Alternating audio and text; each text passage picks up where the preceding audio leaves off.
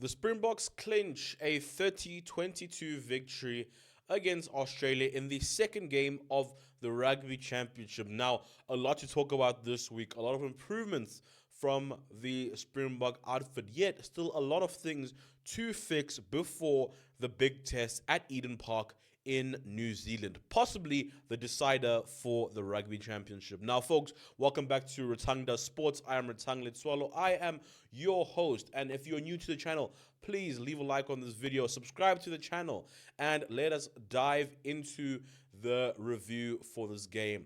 Now, this game was very, very cagey. It was extremely reminiscent of 2019 rugby. If you're thinking back to the Rugby World Cup in 2019, games against Wales, game against New Zealand to some extent, it was a game that was very tactic heavy, very kick dominant, and very systematically won or lost. Now, South Africa came out with a plan to um, be very dominant in terms of kicking the ball, which we saw them do quite a bit today. They came out with the intent of being a lot more systematic and thought out regarding when we attack and when we play traditional South African rugby. Now, I think today was a decent combination between Tony Brown rugby and then the normal South African rugby DNA. The execution, however, still was not where it should be, but I believe that, or rather, I hope that going into the test against New Zealand in a couple of weeks, that we'd be able to get to grips with the execution. You know, the scoreline can kind of boost our egos a little bit if you haven't watched the game, because the execution wasn't phenomenal from the Springboks today. I think Australia did well to nullify the Springboks whenever we did go wide, and I think that's something for Tony Brown and for the rest of the attacking coaching system to actually look at, and how can we avoid looking vulnerable. The defense as well today, very, very poor. We look extremely vulnerable in broken play, and against teams like New Zealand and Argentina, which we'll be facing soon, they excel in broken play.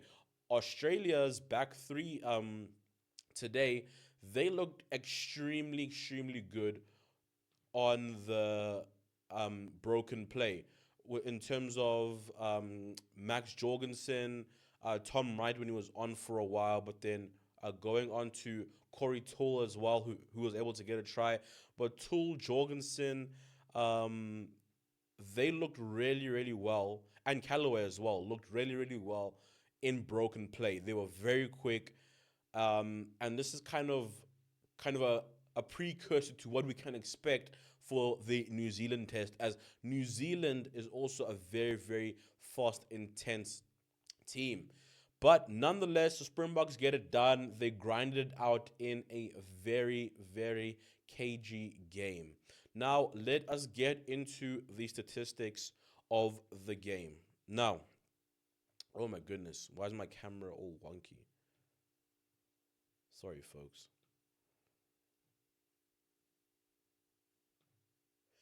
Getting into the stats of the game now. South Africa led basically for 80 minutes of the game, so it was really, really good in terms of us pushing the pace and tempo of the game. Something we didn't do too well in the previous week. Looking at kind of the entire timeline, a name that you're going to hear me say a lot today is going to be Handré Pollard. He was very key for us. You see, opening two penalties, unfortunately, they come back for a try. Then Moody gets his try. Pollard was flawless today. We get unfortunate at the stroke of halftime with Connor, which was with James O'Connor kicking over for a penalty. But nonetheless, we come back. Jorgensen gets his try, and at this point in time, I was kind of getting worried that we might see a repeat of the previous week when Jorgensen went over for a try, because the tries that Australia scored today, they were very soft tries. They were not very well thought out tries, well constructed tries. They kind of came off of our mistakes. Caden Moody not defending well. He didn't have a good game. I think he had an absolute shocker of a game. Um, just small mistakes, small lapses of judgment, which against a bigger team might cost us even more. But again, then after the Jorgensen try, Pollard coming back, putting us over again. Then then Australia score another try, and then James O'Connor missing the conversion, pulling his conversion. Then from there we score, and I think from we, I don't like to use this word, but we needed to see Australia miss that kick to, I guess, kind of ignite something within the team, because then we started to play with a lot more urgency and a lot more kind of impetus. Even Etzebeth coming onto the field, scoring a try as well. Andre Pollard again, flawless from the boot. And that was it. That's all she wrote, folks. But now looking at the more deeper stats, a lot more improvement we saw this week from South Africa in terms of us getting 3.5 points every single time we entered the 22, where in the previous week I think it was like 1.76. Someone can please correct me down in the comment section below.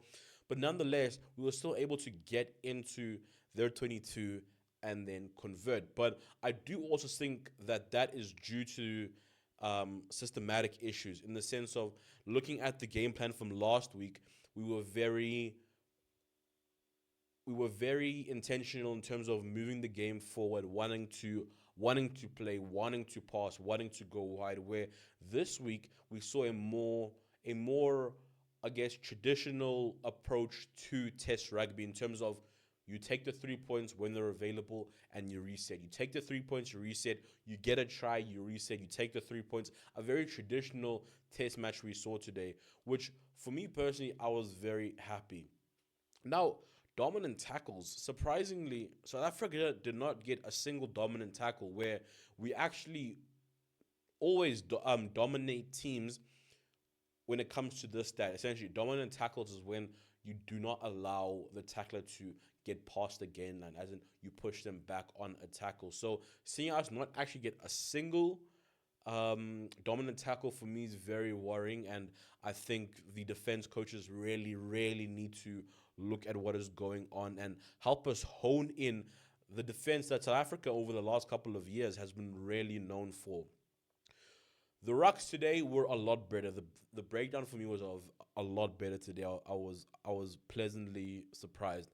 But I will say that the discipline at ruck time was not great.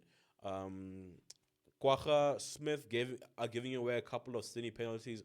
Marco van Staden giving away a couple of silly penalties as well.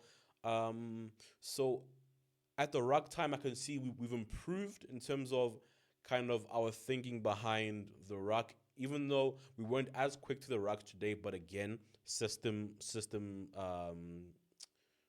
tax, I guess it was due to, because it was due to the system we were playing today, not looking for that quick of ball.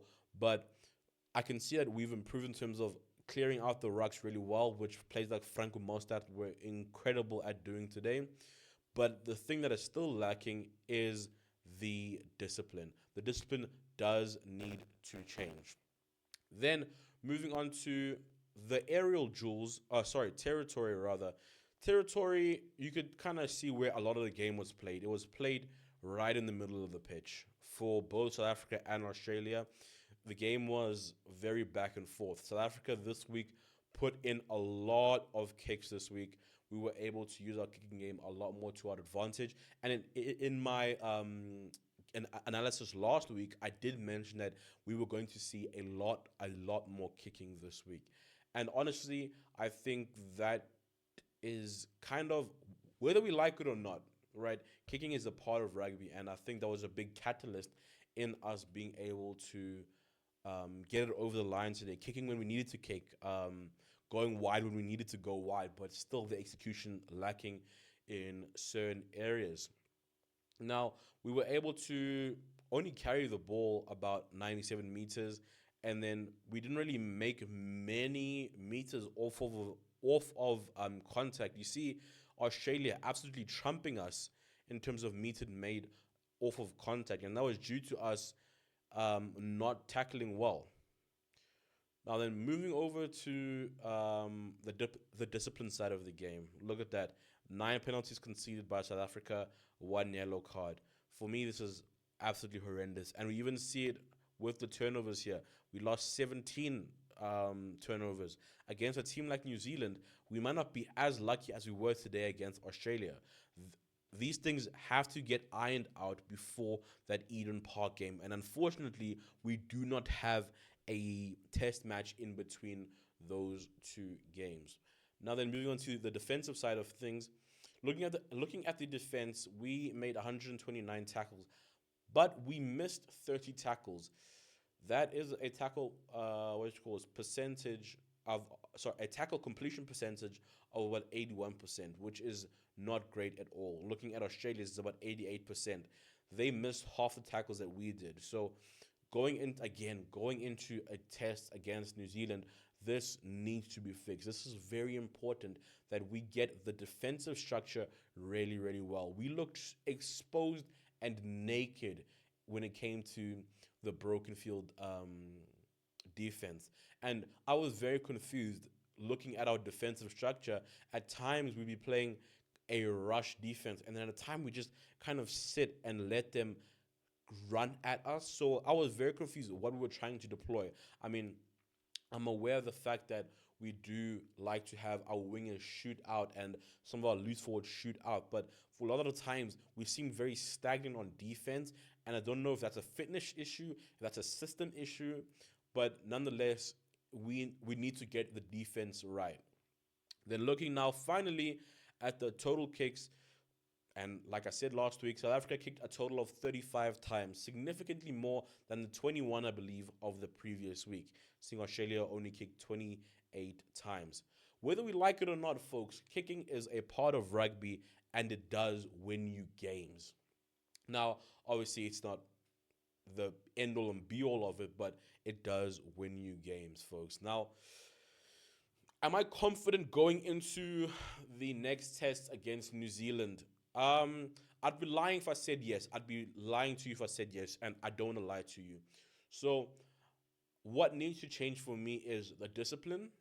The execution needs to change a lot. I don't think we're doing things wrong, but just things need to be executed in a much more refined, much more thought out way and clinical way. For example, right there at the end where we secured the win and we want to go for the bonus point, we were able to create pressure off of the line out, and then we get a couple of phases, and then even Etzebeth tries to get a ball out wide to Jesse Creel. The pass is not that great, and then it goes out into touch, and that's the game. And that bonus point could be the difference between winning or losing. For example, if we go to New Zealand and we beat them both times in New Zealand, or we beat them once and we lose the other one, and somehow New Zealand lose a game against Australia, the difference could be, in the end, a point, 2 points. And those things are extremely important when you get to that final week of the Rugby Championship. But am I hopeful? Yes. Did I like a lot of what we saw today? I did. Do I want to see a lot of things change? I do. And I want to know from you guys, do you guys think that we are still able to go to Eden Park and put on a performance, or do you think that this is a year where the South Africans need to develop a new game plan and kind of restart? Let me know down in the comment section below. Let me know down your thoughts in the comment section below regarding this game. Leave a like on this video, subscribe to the channel, and I will see you guys again on another episode of Ritang Does Sports. Watch out for the player ratings that's going to be coming out soon after this video. I will see you guys there. Peace.